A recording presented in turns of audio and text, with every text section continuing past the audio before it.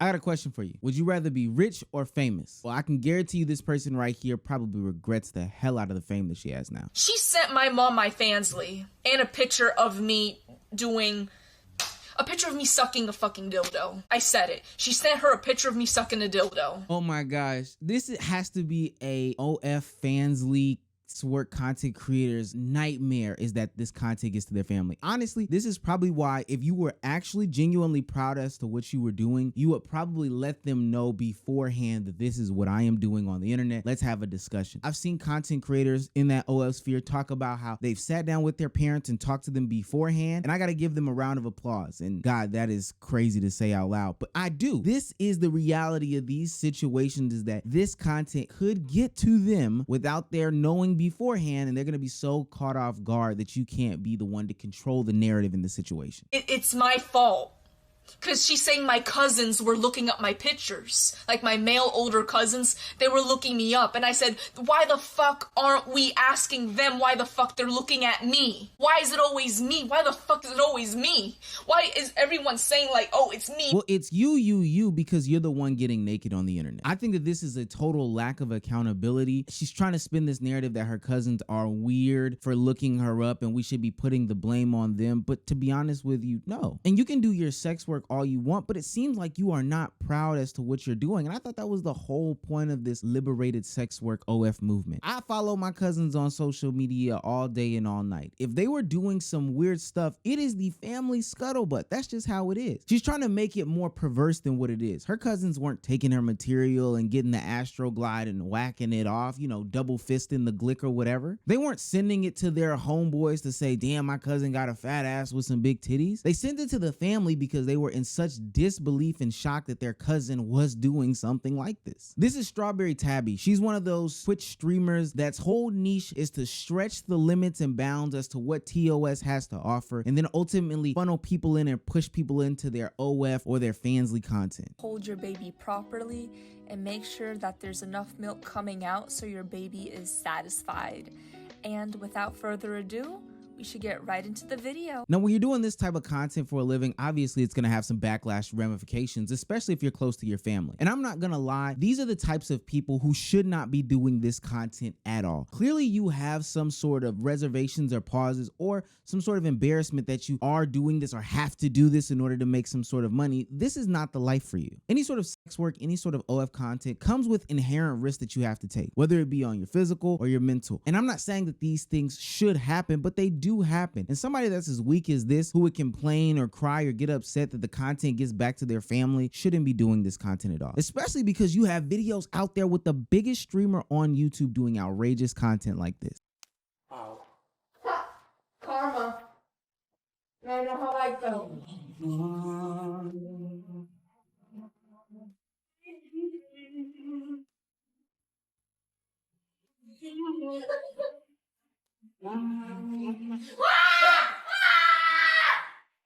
doing? When a man loves a woman, he'll keep his mind on. Bro, I was dancing. The fuck, bro? Relax, bro. I'm traumatized. You're a fucking whale. I wouldn't any. Do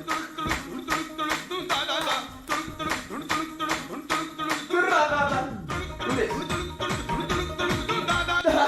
You see, when you do the crossover with the younger audience to get that demographic to come to your platform with iShowSpeed, who definitely has a larger kid audience, it's no wonder why your little cousins are finding your content. And the conversation on the internet has been, is it weird that our younger cousins are looking up this type of content? I honestly don't think so. Maybe not. But the reason why they are even doing this is probably because, like we've talked about on this channel, people have been bullying these kids in class saying, yo, isn't that Tabby, your cousin who is on iShowSpeed? Isn't this her IG with the link in the bio? Oh, I took my mommy's credit card. Aren't these Tabby's bare breast? She's taking away their lived experience by saying it's always her, when no, I believe that your last name is a representation of everybody. So when you do those things, and people have been bringing it up to your younger cousins because you're on iShowSpeed stream doing this, been bringing it up to your sister because you've been on the internet doing this, they also have to live with those sorts of consequences for your actions. And the difference is they don't make the money that you make on OnlyFans. So they're getting called Mr. Pink for no reason. But I don't think that a lot lot of content creators recognize that there is a price of fame that you have to pay once you get into making the content. And the other party involved in that last clip is somebody else that we should talk about, because Speed has a lot of problems with his brother Jamal. I Show Speed has become a worldwide phenomenon, and his brother has been living the life because of it. When I say the life, there's two parts of that life. Of course, he can start his own content creation endeavors and have a massive leg up on a lot of the competition. But after getting basically gifted 80K subs from Speed and Kai, which is like a crazy leg up that he has, Jamal ran into this issue where he found that it is much harder than he anticipated to be one of the best content creators that he could be, or hell, even a competent content creator. I'm so angry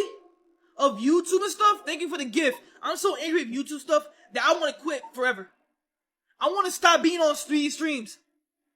I'm generally going to stop being on Speed streams. Y'all not going to see me on any other streams. You're not even going to see me on my dad's vlogs, his live streams, my brother's live streams, his vlogs, his YouTube stuff, anybody's stuff. I'm not going to be on no one YouTube, no nothing, bro.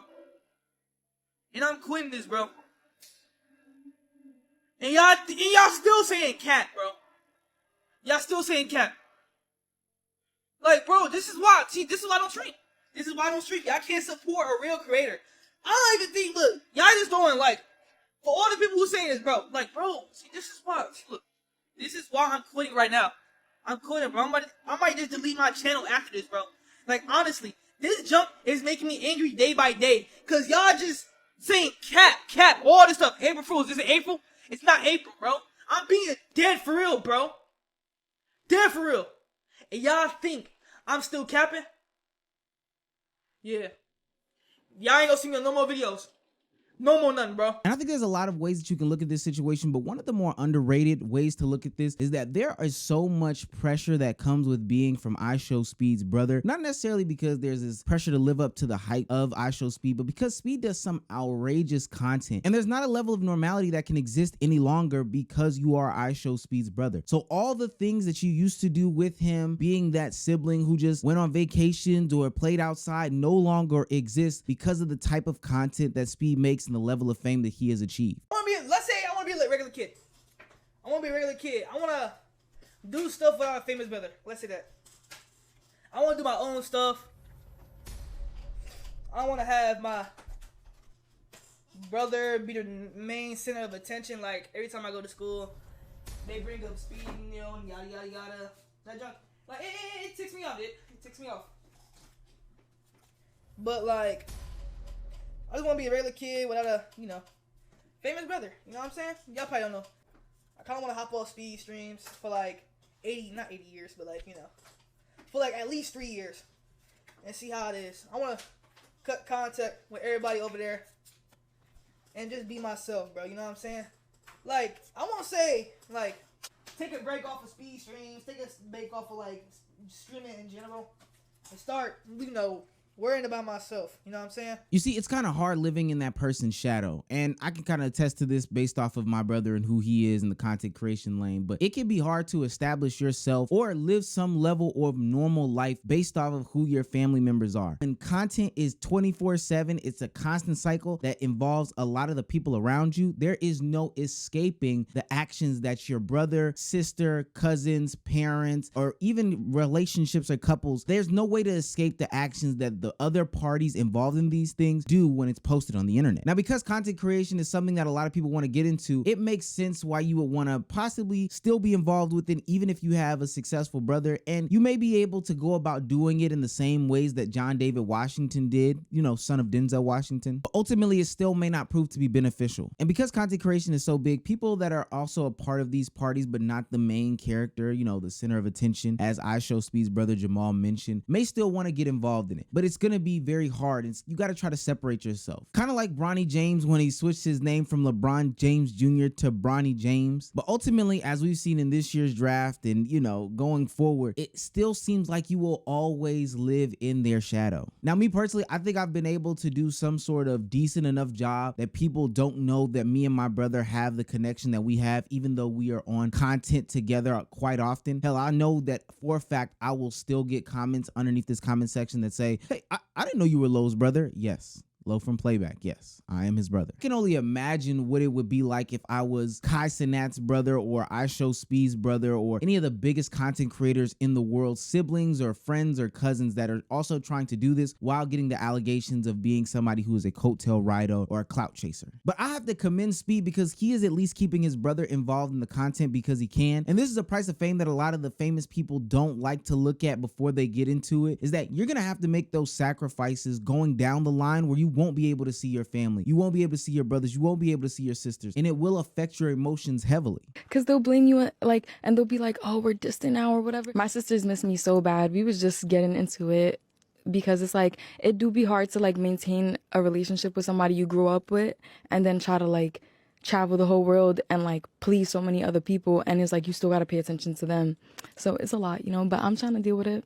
Yeah, shout out my sisters, I miss them. I mean, I know all about it. I mean, I left my home country when I was much younger, and I think that it is there's no other way to put it. And I don't mean to scare you or whatever, but ultimately following your dreams, there is sacrifice that comes with that. Yeah. And I think the family thing is the ultimate sacrifice when you leave the people behind that you love, and you just don't, they're always going to be there, but you just don't get all that time. And it's sad because they'll blame you, like, and they'll be like, oh, we're distant now or whatever. And it's like, I don't mean to be. It's just like, I can't be in another country and also be as close to you as I was when we was 5. Yeah. Or whatever. You know what I mean? Like, but yeah. It's all love. At the end of the day, I appreciate that they even miss me, you know, because some people's siblings don't care about them. I know, it breaks my heart. Now, it's definitely sad because Ice Spice and some other content creators have talked about the sacrifices that they've had to make in regards to family quite often. And it's ultimately a necessary evil, but that doesn't mean that the journey becomes any easier just because you have to do it. If anything, it can become harder. And sometimes it can make you even think if this is all worth it and cause you to have some sort of mental breakdown like AMP Chris did when he was doing his subathon recently to go through the Wukong gang, but he was definitely missing his mom in this situation. Now, it's definitely sad because Ice Spice and some other content creators have talked about the sacrifices that they've had to make in regards to family quite often in their journey to success. And it's a necessary evil, but it's something that you have to do. And the reason why I feel for Chris a lot is because this isn't even necessarily the life that he chose. He started off as the AMP editor and grew to being an on-camera personality, but now this whole streaming game, this new content lane that they've discovered has had him be peer pressured by fans and people that love the group to become one of these people. But from the Chris that I know, he likes to make movies, which can be taken over long periods of time, which means that he'll be able to still have some sort of balance between work and life. When you get into the whole streaming game, there is no way that you can adequately balance those two and still grow a platform like Chris is on the journey of growing. And ultimately, this is a price of fame that nobody talks about because it is something that is just supposed to be a shut up and dance type situation. Hey, nobody told you to stream, you can always cut it off. But no, it's harder than what it looks like. I think another price of fame that people don't talk about is ultimately there's going to be a point where you lose yourself in the content, and with the newfound status that you have, you'll face a set of unique challenges that honestly only a certain number of people can deal with, kind of like the Chris situation in which we were talking about. In the rest of Chris's breakdown, he talks about having constant scrutiny and constant opinions being thrown on him from these parts of the internet, and honestly a lot of people aren't there to sympathize him or care to see what he's saying because hey, you make a shit ton of money, but at the end of the day, he is still a real human who still has real emotions. Now, there is a conversation that some of these content creators have brought some of these things onto themselves. I don't know how you would bring like your mother being stalked upon yourself, but the audience that you do cultivate can play a part into some of these actions and behaviors. Casey Neistat's examples of him hanging out with people in public seems to be a much different interaction than, I don't know, iShow Speed going out there in public. But at the end of the day, none of this is a justification for some of the links that people go to in order to do crazy things or emotional damages that these content creators have to suffer as they are famous. None of it is a justification. And there's also the portion of losing yourself, your authentic self in these situations where you grow. A lot of people come around these content creators, form some sort of parasocial relationship with them because they feel like they're being their authentic selves. But what happens far often than not is the fact that once you grow, things start to become way more corporate. Hell, there might even be an argument that streaming is becoming more corporate. And there's a mass appeal to this when you go the corporate route, when you button up, when you polish up. However, that core fan base can turn off so quickly based off of the actions that you do take in your road to success. People like to look at A&P for an example of this. This is not me making any sort of criticism or an indictment on A&P. They have reached new heights and new limits and levels that nobody could think of. However, there has been this sentiment that continues to grow that says these guys are so much different than what they started off as. It's honestly a turnoff. Now, this could be the natural progression. Hell, LeBron had to get a jump shot at one point in time. You know, he couldn't stay going to the rim. He's 40 years old. But this does still rub some people the wrong way, and it's just something that you're going to have to live with. And with you changing yourself over time as your content starts to change and you starts to grow as an individual, those people who were there with you from the beginning that saw you at this certain level will change on you as well. I saw recently that Duke Dennis was now being called ugly because he did a Complex interview with Speedy, and I thought it was a little bit hilarious because Duke has literally had the same face for the longest of times. It's just that these weirdos on the internet now are doing some sort of micro analyzing of who he is or what he looks like. But when we talk about really turning on Duke Dennis, there was one woman who blessed the internet with this marvelous piece of content to show how miserable of a person she is. She had these high expectations of Duke Dennis and turned on him when she got rejected. Mentioning me in a story every day, but I also like, and I'm sorry, I didn't acknowledge it either. But goddamn, nigga. Okay. I said, I don't say you, I said 6. God, okay, I'm not finna, goddamn. My arms got tired. But, like I said, and this is no hate to her. I still think she's like, you know what I'm saying, a beautiful woman. But like, just because I didn't respond and shit, you can't go to hating me for no reason. I didn't do anything to you, baby. God damn, baby, I didn't do shit to you at the end of the day. But there's a lot of people though, chat.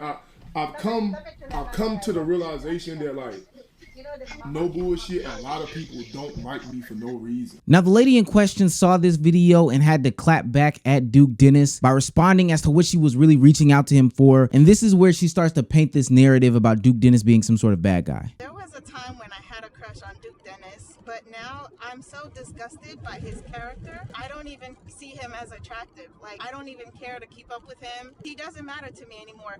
He has now made it onto the list of all the black men who got a little bit of fame, got a little bit of money, and suddenly America stopped being shitty for them. So much that they forget they're still black. You're still black in America. And they forget it so fucking much that they ignore Marcellus Williams. They ignore the cries of so many black people. The black people who platform them, by the way. They ignore the cries of all the black people who are saying, hey, we need your voice, we need your platform to help shed light onto this so this doesn't become a trend. So white people murdering black people does not become a fucking trend. It's sad to say, but I think he's made it over to that buck broken, fucked up the ass, you know, I need my platform, I need white men to keep giving me my money and my paycheck. He's one of those black people now. The black men who say they want to lead the community, they're leaders, they're men, you know, they don't bow to anybody because they are men. You just give them the right amount of money and suddenly they're bowing to white men, they're sucking white men's dicks. I'm genuinely leaving Duke Dennis behind because I cannot continue supporting black men with platforms, with money, who can casually ignore how shitty America still is for all black people. Simply because financially now, America is a little less shitty for them. She's ultimately saying in this situation is that she had an assumption in her mind about who Duke Dennis was, a parasocial relationship. And now because he didn't respond to her DMs where she tried to get him to pass across a message, that's the reason why he is now these names that she has decided to call him. Now, to me, this is an obvious I turned on you for no reason other than the expectations that I put in my mind, like some major platforms to speak on the injustices that go on in today's society. However, I don't think it's their responsibility. And quite frankly, I don't want the message for the plight of black people or people in general to come from these people who are A, out of touch, or too ignorant of the situation. It's disingenuous. It's not gonna come off as smart, and we'll be able to see the grift a mile away. Now, a lot of people called out this young lady for what it was, and she couldn't even take accountability for the situation that she created herself in her own mind because she's super delusional. Y'all in my comment section harassing me and like trying to bully me, and the whole time I'm actually proud of myself. Because listen, the moment that I thought I had the attention attention of somebody who's famous, who's influential, who's a celebrity or whatever, I use that opportunity to ask for help for someone like Marcellus Williams. Or I use that opportunity to educate him on the fact that by 2053, there will be zero black wealth within the black community. I didn't take it as an opportunity to get money out of his pockets. I wasn't trying to get him to buy stuff. I literally thought, oh, I keep posting stuff and this influencer who has millions of followers keeps watching it. So let me take this opportunity to tell him about all the ways in which he can encourage young black boys and girls to go back to school. And he himself can start a nonprofit to help pay for trade. And she can try to justify this all she wants, but to me, this is another price of fame where people will create narratives, create storylines, and create things that have nothing to do with you just so they can flip on you and make you seem like you're some sort of bad guy. Should these people care about some of these things? For sure, absolutely. But is this really an indictment on them because they don't or they're not knowledgeable? No. When content creators blend this line between social activists, that's where they are susceptible to getting corrupted by money. And I'm not even saying these people are corrupted by money. I just don't think it's their place at all. And I'm not going to hold them to that standard because they don't speak about it, because they can get criticized when they do speak about it. It's literally a lose-lose situation. And ultimately, so many losses compounded on top of each other can make people fall off until you end up becoming one of these crash out streamers who has let streaming, content creation, or their public life literally rot them from the inside out to the point where they are screaming and pleading to their audiences about how bad their life is. Oh, I'm fucking done. I don't know why. I don't know what the deal is, but I hate you guys. I fucking hate you guys. I hate my community. I fucking hate you guys. I don't know what happened. I don't know what the deal is. I don't know why I'm treated like I did something, like I scammed people out of fucking surgery money, or I lied to people, or I hurt people, or I cheated, or I view-botted. I've done nothing to any of you fucking suckers. I fucking hate you guys. I honestly fucking hate you guys. I fucking hate you guys. I've been through fucking hell, dude. I've been through fucking hell. I shouldn't have to deal with this shit. I fucking did it. I did it all. I fucking did it all, and I got fucking shafted. I got fucking shafted along the way, and now this whole time I get fucking treated like fucking shit by you fucking suckers. I hate doing this. I fucking hate streaming, and I hate my community, and I hate you guys, and I hate this fucking website. You guys. You guys. You guys. What I think people fail to realize in these situations is that content creators are just like real people. They do have things that are giving them advantages, don't get me wrong. They have money, they have fame, they have opportunity. These people can't realize that content creators have the same emotions as people. They go through the same things. And the price of fame becomes so expensive nowadays because people have so much access that it's becoming harder and harder to pay. I remember when Constantine did that whole giveaway and the backlash from it, not necessarily from a legal perspective, but the way that people treated him and his family was super disgusting. It made me even consider to myself, how much longer or how much more famous do I even want to be in this game? With tinted windows, with a big camera. Kai Cenat revealed his mom has been harassed after his failed giveaway in New York City, resulting in a riot. The Twitch star recently expressed his concern with unknown people harassing his family. His mom has been specifically targeted, which has alarmed Kai, and he's pleaded with his viewers to focus the attention on him and to leave his family alone. Whatever y'all want to say about me, whatever y'all want to do, I can take it to the chin. I can handle it. You feel what I'm saying? But please, I beg y'all, bro, just leave my family out of it. There is no reason why y'all are showing up to my mom's house. And the money and the fame can only alleviate so many of these things. You can only solve so many problems with money. He can only move his mom so many times. He can only pay for so many breaks. He can only afford so many vacations. I know a lot of people aren't going to resonate with this video, but at the end of the day, these people do have feelings, and this should serve more as a PSA to those that look to become content creators in the future. Just know that all these things mentioned and more are the price of fame that you have to pay once you do start becoming successful in this lane. We should probably start addressing some of these sickos though.